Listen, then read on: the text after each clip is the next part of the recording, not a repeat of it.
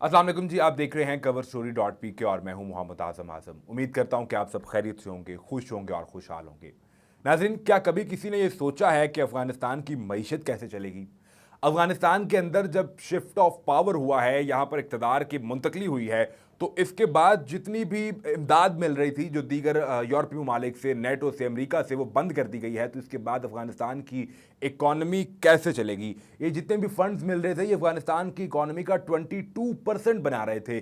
जब इतनी बड़ी सपोर्ट यहाँ से ख़त्म हो जाएगी तो यहाँ पर कैसे एक नई हुकूमत, जो आने वाली हुकूमत है, वो किस तरह अफगानिस्तान के लोगों को माल का, इज्जत का, जान का, रोज़गार का तहफ़्फ़ुज़ फराहम करेगी? और फिर अफगानिस्तान की सबसे बड़ी फसल जो थी वो तो मनशियात बनाने की थी, जिस पर ज़बीहुल्लाह मुजाहिद ने कहा कि हम आइंदा मनशियात काश्त नहीं करेंगे, हमें दीगर फसलें काश्त करनी है। जब वो भी यहाँ से निकल जाएगा, चाहे वो इलीगल मनी था, लेकिन जब वो भी सिस्टम से निकल जाएगा तो उसके बाद किस तरह यहाँ पर एक नई हुकूमत सर्वाइव कर सकती है? यही सवाल उठाया है बीबीसी उर्दू ने। लेकिन इस सवाल के जवाब बड़ा अहम है। इस सवाल का जवाब इसलिए अहम है कि चीन, तुर्की यहाँ पर बड़ा अहम किरदार अदा करने वाले। और ये मैं नहीं कह रहा, मैं आपको कुछ ऐसे आर्टिकल, कुछ ऐसी खबरें और कुछ ऐसी चीज़ें दिखाऊंगा कि आप भी इस बात को तस्लीम करेंगे कि यहाँ पर सबसे बड़ा रोल जो प्ले करने जा रहा है वो चीन और उसके बाद तुर्की प्ले करने जा रहा है। यहाँ पर तालिबान के हुकूमत आने के बाद, जो तालिबान के इक़्तिदार आने के बाद, अशरफ गनी जो पैसे लेकर भाग गए, उसके बाद IMF ने जो असासे पड़े थे वो मुंजमद कर दिए, अमेरिका ने असासे मुंजमद कर दिए। तो इसके बाद अब सूरत हाल क्या होगी, इस पर तफसील से आज बात की जाएगी। लेकिन ज़रूरी यह है कि आप पहले चैनल को सब्सक्राइब करके बेल आइकन को प्रेस कर दीजिए ताकि आने वाली तमाम नई वीडियोज़ आप तक बर वक्त पहुंचती रहें। नाज़रीन, अब ये देखिए कि अफगानिस्तान का माशी मुस्तकबिल क्या होगा। और अफगानिस्तान को लिथियम का सऊदी अरब कहा जाता है। अब ये लिथियम का सऊदी अरब का क्या मतलब है, इस पर मैं बाद में आऊँगा, लेकिन पहले मैं आपको एक ये तफसील बता दूं कि IMF ने अफगानिस्तान के असासे मुंजमद कर दिए। अमेरिका ने $9.5 अरब के असासे मुंजमद कर दिए, जबकि जर्मनी की जानिब से €42.5 की इमदाद रोक दी गई। जब ये सब कुछ हो चुका, असासे मुंजमद हो गए, इमदाद रोक दी गई, ऐसे में एक और खबर आई जिसको डेली मेल भी अब लिख रहा है, जो बरतानिया का एक बड़ा अहम इदारा है। वो लिखता है, former Afghan president Ashraf Ghani fled with $169 million in his cash stuffed helicopter. Cash लेकर भागा है and has been given asylum in Dubai on humanitarian basis. जब ये हुआ तो मतलब ये खजाना तो पीछे खाली था, अब वहाँ पर मंशियात भी काश नहीं होंगी। तो कौन सी ऐसी चीज़ है जो कि ज़रूरी है, जो कि अफ़गानिस्तान की मईशत को चला सकती है? वो है जनाब, वो उसका जवाब आपको बीबीसी उर्दू देगा। बीबीसी उर्दू क्या लिखता है, काबुल में तालिबान, अफ़गानिस्तान की मईशत का मुस्तकबिल क्या होगा?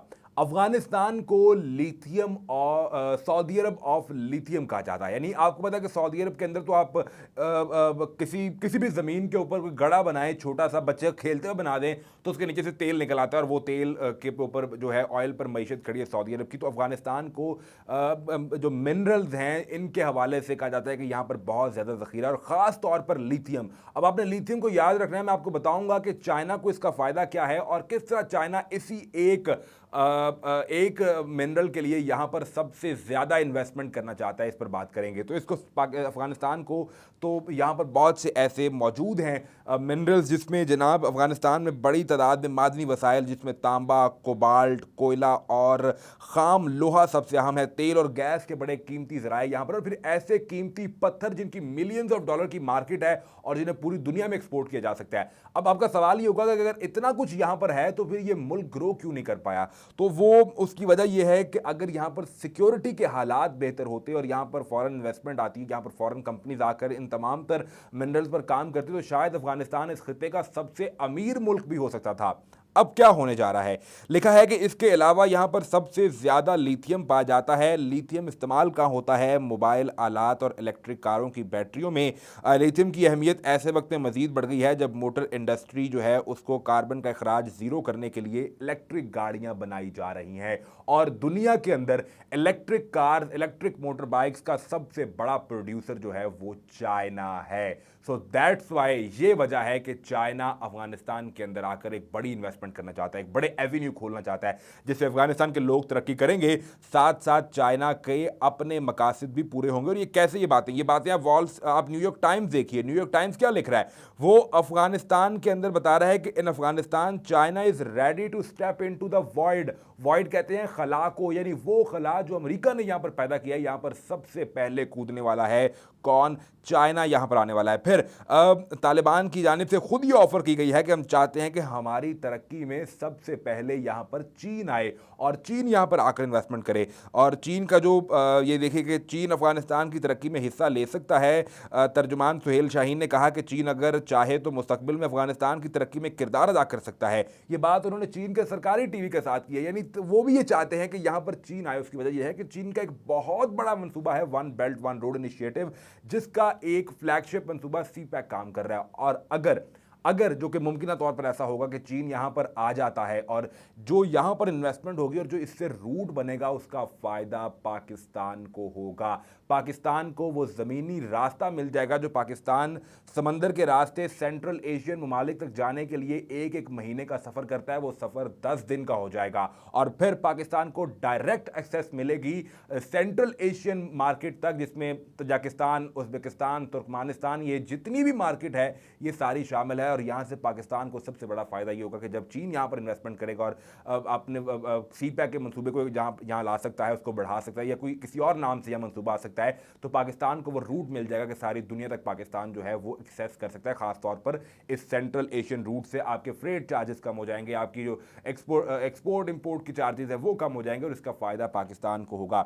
इसके साथ साथ जनाब एक बड़ा इंपॉर्टेंट रोल जो है वो प्ले करेगा तुर्की, और ये भी खुद ख्वाहिश का इजहार किया है मुजाहिदीन की जानिब से। एक बयान में, हालिया एक बयान में उन्होंने कहा कि हम ये चाहते हैं कि तुर्की जो है वो यहाँ पर आए, और तुर्की की सबसे ज़्यादा इस वक्त अफगानिस्तान को ज़रूरत है, ऐसा कहना है सुहेल शाहीन का। एक तरफ उन्होंने चाइना को दावत दी, दूसरी जानिब उन्होंने कहा कि हमारा इंफ्रास्ट्रक्चर तबाह हो गया है, हम तामीर नौ करना चाहते हैं, हर इलाके को नए सिरे से खड़ा करना पड़ेगा। इस मामले में तुर्की की सबसे ज़्यादा ज़रूरत है।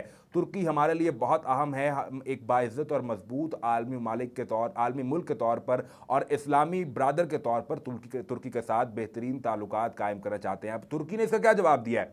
तुर्की के सदर रजब तैयब एर्दोगान ने कहा कि अब तक अपने तमाम वसाइल और बेहतरीन सलाहियत के साथ अफगानिस्तान के इंफ्रास्ट्रक्चर की तरक्की में अपना हिस्सा डाला है। मुस्तकबिल में भी ये अमल जारी रखा जाएगा। यानी दो बड़ी ताकतें तुर्की और चीन इस वक्त अफगानिस्तान का रुख कर रहे हैं, जस्ट बिकॉज ऑफ दिस के Afghanistan is called the Saudi Arab of the lithium. और तुर्की के अंदर भी जो है वो इस चीज़ पर बातें की जा रही हैं कि इलेक्ट्रिक कार्स पे जाए, लेकिन चीन का सबसे बड़ा यहाँ पर ये स्टेक है कि फौरी तौर पर चीन इस मामले के लिए यहाँ पर आ जाए। और फिर चीनी वज़ीर ख़ारजा ने कॉल की ब्रिटिश वज़ीर ख़ारजा को और उनसे एक ही बात की कि आलमी बरादरी अफ़गानिस्तान पर दबाव डालने की बजाय वहाँ के लोगों की, वहाँ पर जो लोग इक़्तिदार में आ रहे हैं उनकी मदद करे ताकि वो लोग खड़े हो सकें।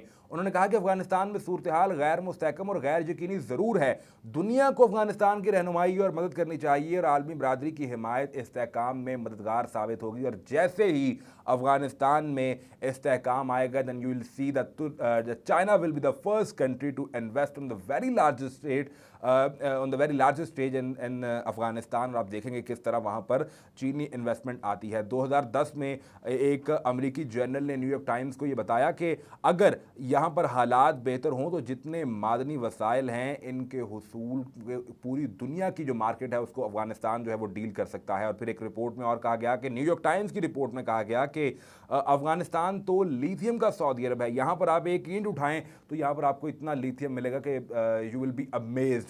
सो अफगानिस्तान की माशी मुस्तकबिल रोशन हो सकता है सिर्फ उसी सूरत में जब यहाँ पर जिस तरह चीन का अंदाज़ा किया जा रहा है या ये कहा जा रहा है कि वो यहाँ पर इन्वेस्ट करेगा, तो उसी सूरत में एक रोशन माशी मुस्तकबिल हो सकता है। वेल, हम तो अच्छी की उम्मीद करते हैं। इस हवाले से मजीद जो अपडेट्स आएंगी तो आपको आगाह किया जाएगा, लेकिन ज़रूरी है कि आप चैनल सब्सक्राइब करके बेल आइकन को प्रेस कर लीजिए। इजाज़त दीजिए, अल्लाह हाफ़िज़।